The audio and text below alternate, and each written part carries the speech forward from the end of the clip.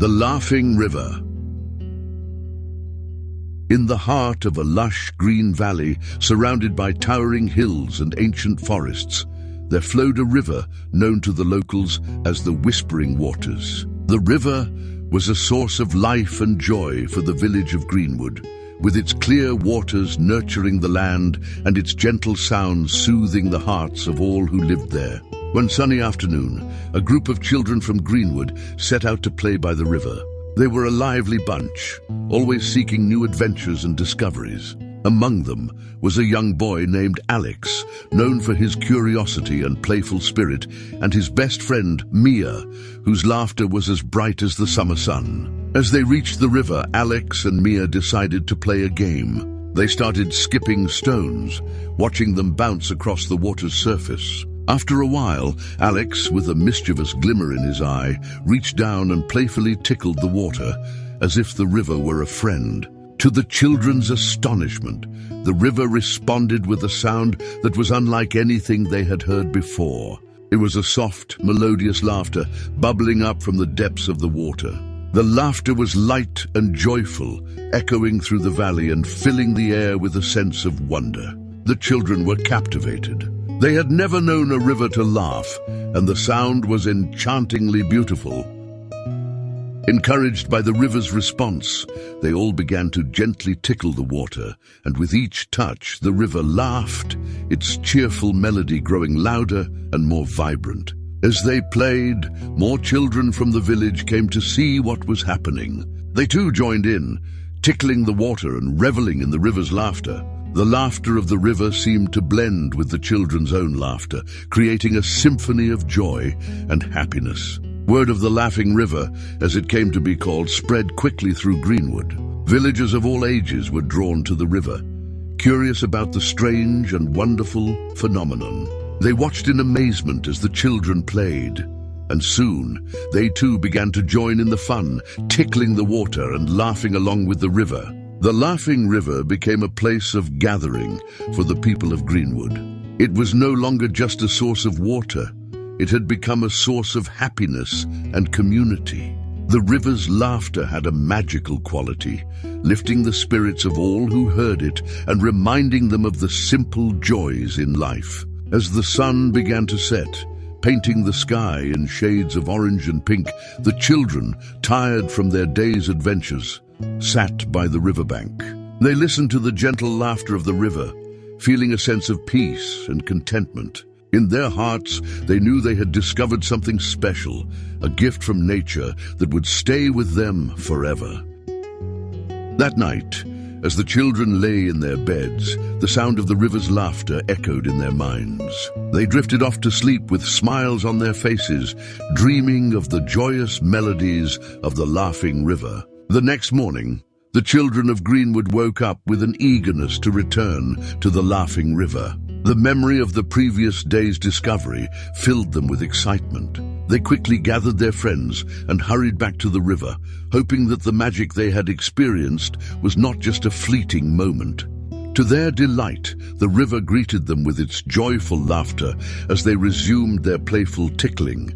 The sound of laughter was like music, a melody that seemed to dance with the morning breeze. The children's laughter mingled with the river's, creating a chorus of cheerfulness that resonated throughout the valley. Word of the Laughing River had spread beyond Greenwood, and soon visitors from neighboring villages began to arrive. They came out of curiosity, skepticism, and wonder. As they witnessed the magical laughter of the river, their doubts vanished, replaced by smiles and laughter of their own. Among the visitors was an elderly man named Mr. Hawthorne, known for his wisdom and knowledge of nature. He watched the children and the river with a thoughtful expression. Intrigued by this phenomenon, he approached the river and gently placed his hand on the water's surface. To his amazement, the river responded with a soft chuckle, as if acknowledging an old friend. Mr. Hawthorne turned to the children and the gathered crowd. "This river," he began, "has always been a lifeline for our lands, but now it seems to have awakened a new spirit, a spirit of joy and togetherness. This laughter is a reminder of the beauty of nature and the simple pleasures that life offers. His words resonated with the people, and they began to see the river in a new light. It was no longer just a body of water. It had become a symbol of happiness and unity. The river's laughter had a way of bringing people together, breaking down barriers and creating a sense of community. Over the following days, the laughing river became a popular gathering spot. People brought picnics, musicians played songs, and artists painted the scenic beauty of the river. Children played along the banks, their laughter harmonizing with the rivers. It was a scene of pure joy and contentment. The children, especially Alex and Mia, felt a deep connection to the river. They spent hours by its side, sometimes playing, other times simply sitting and listening to its laughter. They talked about their dreams, their hopes, and the adventures they wished to embark on. One evening, as the children sat quietly by the river, Mia spoke up. "Do you think the river laughs because it's happy?" she asked thoughtfully. Alex pondered for a moment before replying, "Maybe it's happy because it brings us together. It's like when we share a smile or a laugh with someone. It makes us happy too." Mia nodded in agreement. The river's laughter was more than just a sound. It was a gift that spread happiness and reminded them of the joy of being together. As the sun set, casting a golden glow over the water, the children made a promise to always cherish the moments of happiness and to spread joy wherever they went. They understood that happiness was contagious, and like the river's laughter, it could bring light and warmth to those around them. As the days passed, the laughing river's fame grew, and it became a beloved landmark in the region. People from far and wide traveled to Greenwood just to experience the joyous laughter of the river.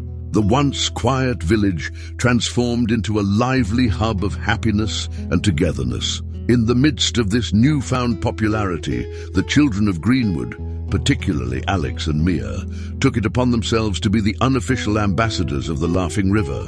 They welcomed visitors, shared the story of their discovery, and encouraged everyone to interact with the river.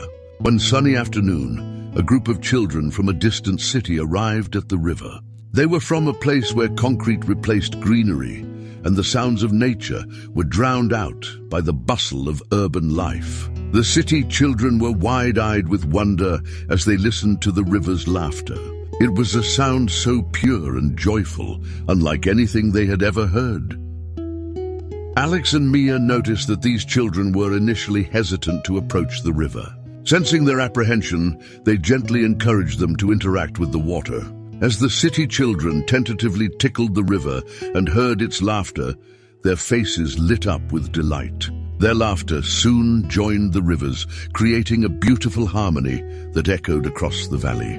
Watching the transformation in these children, Alex and Mia realized the profound effect the river had on people. It wasn't just a source of amusement, it was a catalyst for joy and a reminder of the beauty and simplicity of nature. The river had a unique way of touching hearts and igniting a sense of wonder in all who experienced its magic. The visit of the city children sparked an idea in Alex and Mia. They decided to create a day of laughter, a festival celebrating the joy and unity that the laughing river brought to their lives. They shared their idea with the villagers, who enthusiastically agreed to help organize the event. Preparations for the festival began, with the entire village contributing. There were decorations of colorful streamers and balloons along the riverbanks, stalls serving delicious food and treats, and various games and activities for all ages. Local musicians set up stages to play cheerful tunes, and artists displayed their paintings and crafts. The Day of Laughter was a resounding success. It brought together not just the villagers of Greenwood, but also many visitors who had come to experience the joyous occasion. The highlight was, of course, the laughing river, which seemed to laugh louder and more joyfully than ever, as if joining in the celebration. As the festival continued into the evening, the children of Greenwood gathered by the river, their hearts full of happiness. They watched the lanterns floating on the river's surface, their lights reflecting in the water, creating a mesmerizing sight. Alex and Mia, sitting side by side, felt a deep sense of gratitude for the laughing river. It had taught them and their community the power of laughter and the importance of finding joy in life's simple moments. They knew that the memories of this day and the lessons they had learned would stay with them forever. The Day of Laughter Festival became an annual tradition in Greenwood, drawing people from near and far to experience the magic of the laughing river. Each year, the festival grew larger and more vibrant, symbolizing the unifying power of joy and laughter. As time passed, the children of Greenwood, including Alex and Mia, grew older, but their bond with the river remained strong. They continued to visit the river, finding comfort and happiness in its laughter. The river had become a cherished part of their lives, a constant reminder of the joys of childhood and the simplicity of happiness. The story of the laughing river spread far beyond the borders of Greenwood. It became a legend, a tale of a magical river that could laugh and bring joy to all who heard it. People talked about the river as a symbol of hope and happiness, a natural wonder that had the power to change lives. Years later, Alex and Mia, now adults, sat by the riverbank watching a new generation of children playing by the laughing river. They listened to the river's familiar laughter, which had not diminished over the years. The sound brought back a flood of memories from their childhood, of days filled with adventure and wonder. Alex turned to Mia and said, "Do you remember the first day we discovered the river's laughter? It feels like it was just yesterday." Mia smiled, her eyes reflecting the joy of those memories. "I'll never forget it. This river has given us so much. It taught us about the beauty of life and the importance of sharing happiness with others." As they watched the children playing, Alex and Mia realized that the legacy of the laughing river would continue through these young ones. The river had instilled in them the values of joy, unity, and appreciation for the simple things in life. It was a cycle of happiness that would go on for generations. The sun began to set, casting a golden glow over the river. The laughter of the children mingled with the laughter of the river, creating a harmonious chorus that echoed through the valley. It was a sound that resonated with hope, unity, and the pure joy of living. Alex and Mia knew that no matter where life took them, the laughing river would always be a part of who they were. It had shaped their childhood, taught them valuable lessons, and given them countless moments of happiness. It was more than just a river. It was a friend, a teacher, and a source of endless joy. The laughing river of Greenwood continued to flow, its laughter never ceasing, a timeless reminder of the infectious nature of happiness. It stood as a testament to the fact that in a world of complexities and challenges, sometimes the greatest joy can be found in the simplest of things, like the laughter of a river.